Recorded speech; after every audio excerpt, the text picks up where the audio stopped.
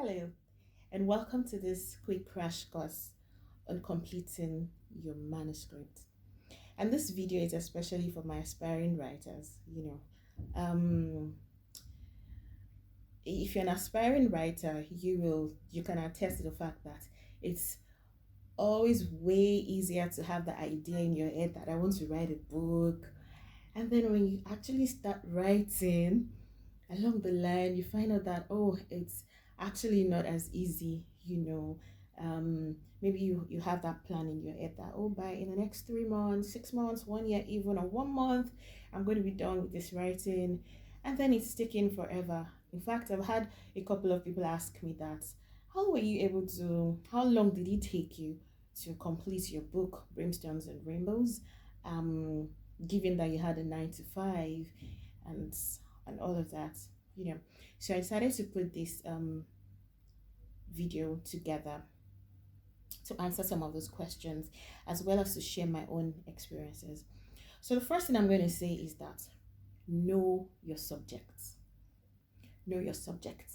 If you're writing, if you've decided to write, make sure that it's a subject you're comfortable with. It's a subject you know very well. Do your research, and research will help you. The internet is such a wealth of resources. Come on, maximize it. Find out about what you're writing and make sure that you're an authority on it. You know your subject very well, because that's one easy way to get stuck. Because now you start writing and then you're now looking for a way to maybe navigate if you're not quite familiar with the subject. So one good place to start is to know your subject. Do your research. You can never research too much on what you want to write about. Do your research. In fact, for me, that actually takes more of the time. I take a lot of time researching and planning and doing all of that. You should be grounded in your subject. So I would say that's a good starting point.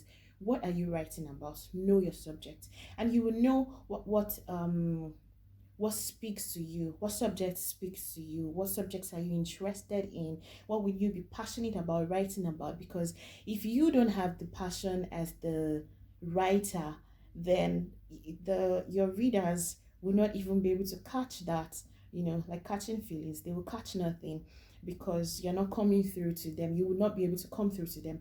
And then let's not even jump the guns and by going to the readers, like, you might get stuck. You will not even be able to complete the manuscript. So one good way not to get stuck is know your subject very well. So also, what kind of writer are you? Are you a pantser or an outliner?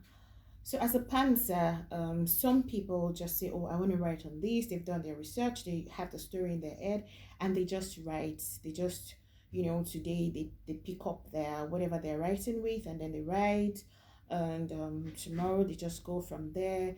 The story comes to them. They don't even have the full story. Okay, they know that I want to write about this, but they don't really know how it's going to go exactly. So those are the pantser. For some of us, we're outliners. I'm a planner to the detail. I like to plan every little teeny tiny details, and structure everything. As a matter of fact, before my book was written, I knew how it was going to start. I knew what was going down into everything. I knew how it was going to end, and that took me quite a while. In fact, the biggest part of my own writing was the research and the structuring and planning and breaking it down and putting it together. That took more time for me. Outliners, I kind of detailed. I knew that, oh, after I write about this is what is happening in chapter 1, and then this will happen next, and this will happen next, and this will happen next. So if you're an outliner, so basically, this is for outliners. If you're an outliner like me, it will really help you. Outlining, I know outlining helped me. And this is not to say that I've not had to write stories on the go before, because I do short stories as well. So that works for short stories. But for this, if you're a pantser, this method could work for you. But outlining helped me. Like I said, I'm going to share a bit of my own experiences. Outlining helps a lot. Planning, because it also gives you like a quick, it gives you sort of like a storyboard, a mental image of, you've already summarized everything. Line one, this happens in line two. So you can kind of take a quick overview and say, oh, this is what I'm missing. This is, maybe this should be here or that should be there. So planning and structuring, your subject, plan and structure the story, accordingly. Now, let's move on to settings. Settings, very important.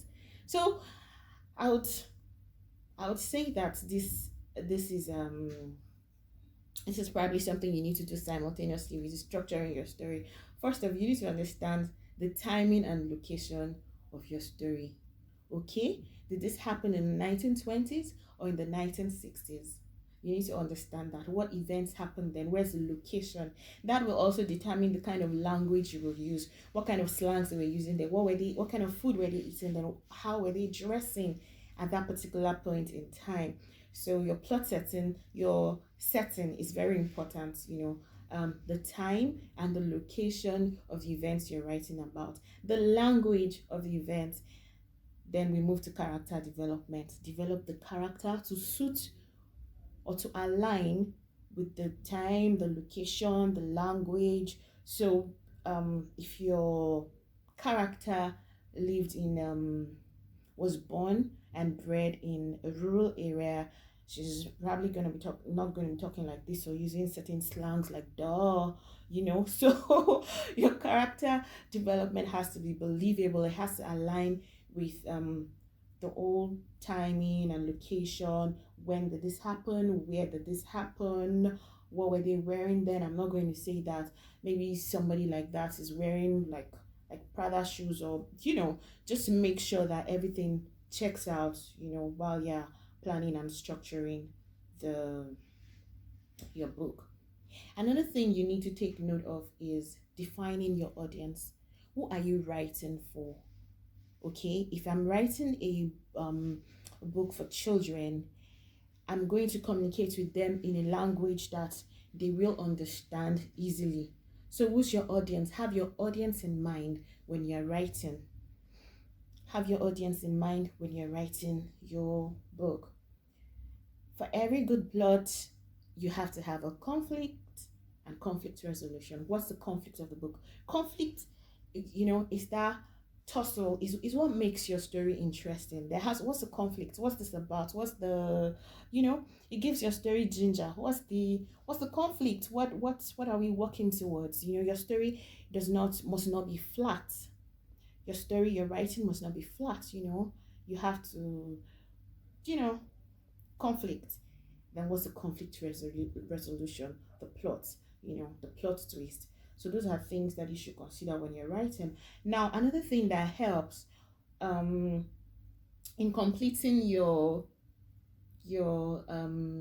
writing, I'm taking us through from concept to completion of your manuscript. So another thing that helps is setting daily writing time. Have a goal in mind, like, oh, this is what I'm working towards, and set a daily writing time. I'm going to write early in the morning. I like to write late in the night. In fact, my creative juices are at work at best in the night when everybody's sleeping and everywhere's quiet.